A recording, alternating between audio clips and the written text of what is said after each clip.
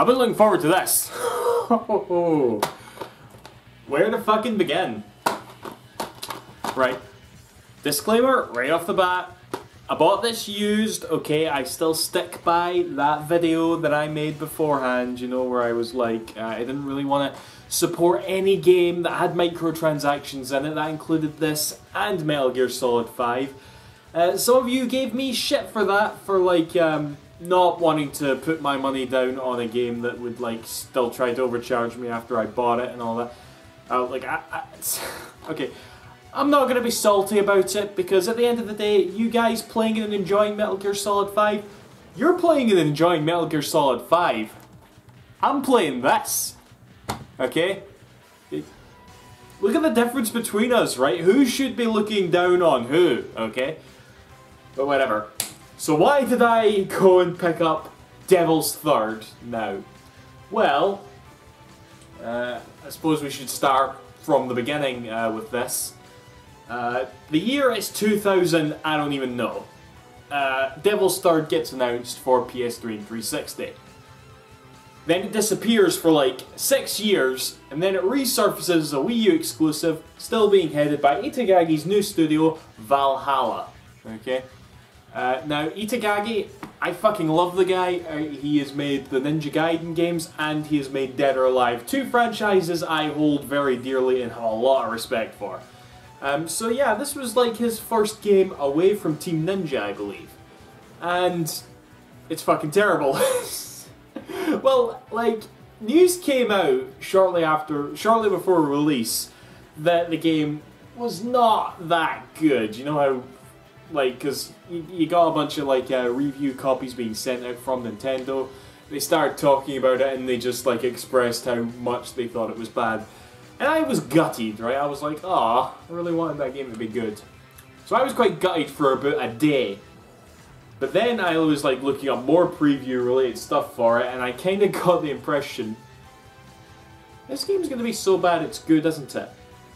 And for whatever reason, that thought stuck with me, right? I was like, it's so bad it's good. For some reason, that was like way more appealing. I don't know. Maybe it just came to me at the right moment, you know? It was like, I just felt like playing something terrible. You ever feel like that? Like you want to just go watch a bad film or something? Well, for some reason I was getting really hyped to play a bad game.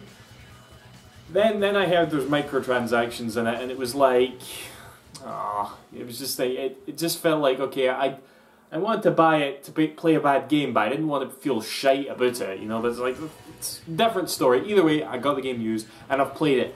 So how does it rack up? It's fucking bad. It's really bad, and I don't know if I want to say I love it, but I played it all the way to the end, in one sitting, mind you. It's not that long. It really isn't that long. Yeah, something kept me going at it, you know, to play all the... Well, what's bad about it? You know, that's probably what you're asking, because you look at gameplay and that, you know, it doesn't look terrible. Graphically, it doesn't look amazing, but it doesn't look terrible, but when you are playing it, like, the graphics are all over the place, you know? It's just like, for every object that's like decently textured, there's like another object that's just like, it just looks like paint, you know? I don't even know how to describe it. It's just a low texture. Granted, if you stay by and watch it for a wee bit, you know, it's like, sometimes the texture will pop up about a minute later, you know? It really can't take that long. It's ridiculous. But yeah, and then you just get these random objects that won't, you know, like a couple of times I just was staring at an object, waiting for the textures to pop up, and they didn't pop up because that was the actual texture. And I was like, oh well, better get on with the game. But not only are the textures fucking god-awful, the frame rate is all over the place, you know? And I really hate games that do this, actually. This was something that really irks me. It's a little pet peeve of mine. I hate games where in certain areas the frame rate is like flawless, 60 frames per second, buttery smooth. Then you get in to do some actual, then you go do some actual action or whatever, and it's all over the place, you know? It's like, give me a consistent frame rate or none at all. But considering what this game seems to be built on, to be fair, it's been through developer hell. Okay, it changed engines twice apparently, so I guess you can't rack on it too much for the graphics. it's fucking ugly as well. Okay, the character models are fucking ugly. There's a bit with, you know, as Itakagi does, you know, there's some female characters in there that are quite shapely and don't mind showing off a couple of body parts. But you just look at, like, the image as a whole and how poorly put together it all looks, that when you get to that point, you're just like... Itakagi, did you really think anybody would find that sexy, okay? It's like, that's how it is, you know? But, yeah, okay, enough ragging on how it looks. It looks bad, but yeah, you get the idea. How does it friggin' play? Well, it's hard to say, actually, because I like the idea that's in this game, you know? You've basically, you know, it's basically like a hack and slash game, like Ninja Gaiden, but it's also a third-person shooting game like Gears of War, you know? This game kind of attempts to cross those two together, and I don't think that's really ever been done before. And for the most part, it's actually not that bad, you know? It's like, it's got standard cover-based shooting, which is, like, decently done throughout the game, you know? It's like, very rarely did I feel like it was too cheap or too easy or whatever, and the hack and slash is a bit of a different story because, but then again, I kind of figured out partway through that the more you, like, just tap the button to slash your sword or whatever melee weapon you happen to be holding at the time, chances are you're going to die quite quick. And there's a block button for a reason, you know? If you hold down the block button and, you know, time your attacks accordingly, you'll fare a lot better. And some enemies are more susceptible to bullets, some enemies are more susceptible to being cut up and all that. And this game is fucking... I want to say this game is gruesome, but, well, when you, like, shoot somebody, like in the heat, for example, their heat blows off. It's a very gory game. Again, it's hard to say gory because the fucking blood looks like, you know, parry poppers. You know, parry poppers, you go, poof, and it, the little bits of string paper comes out. That's what the blood looks like in this game. Every time you take somebody's heat off, it's like a parry popper of red bits of string or whatever. It looks fucking hilarious, you know? It doesn't really look violent at all. It just looks like, huh, okay then, that looks like a thing. But yeah, for the most part, I really couldn't be mad at the gameplay, you know? It was fun enough to keep me going, really. Aside from all the other, like, typical bad things that you can think of, you know, like, there's about 4 enemy types throughout the whole game. It's kind of hard. You have to fight against the frame rate a lot for the most part. It has a wonderfully bad driving section just right there near the end of the game. Just never shows up again, and it's just really bad. And yeah, and the story, I can't remember a fucking thing. I thought to myself, okay, what was it?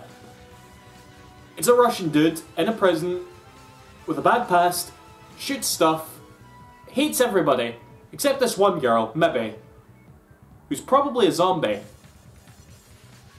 And that's it. That's the story, you know? And it totally does like a sequel bait on you. And make no fucking mistake, I want a sequel to this game, okay?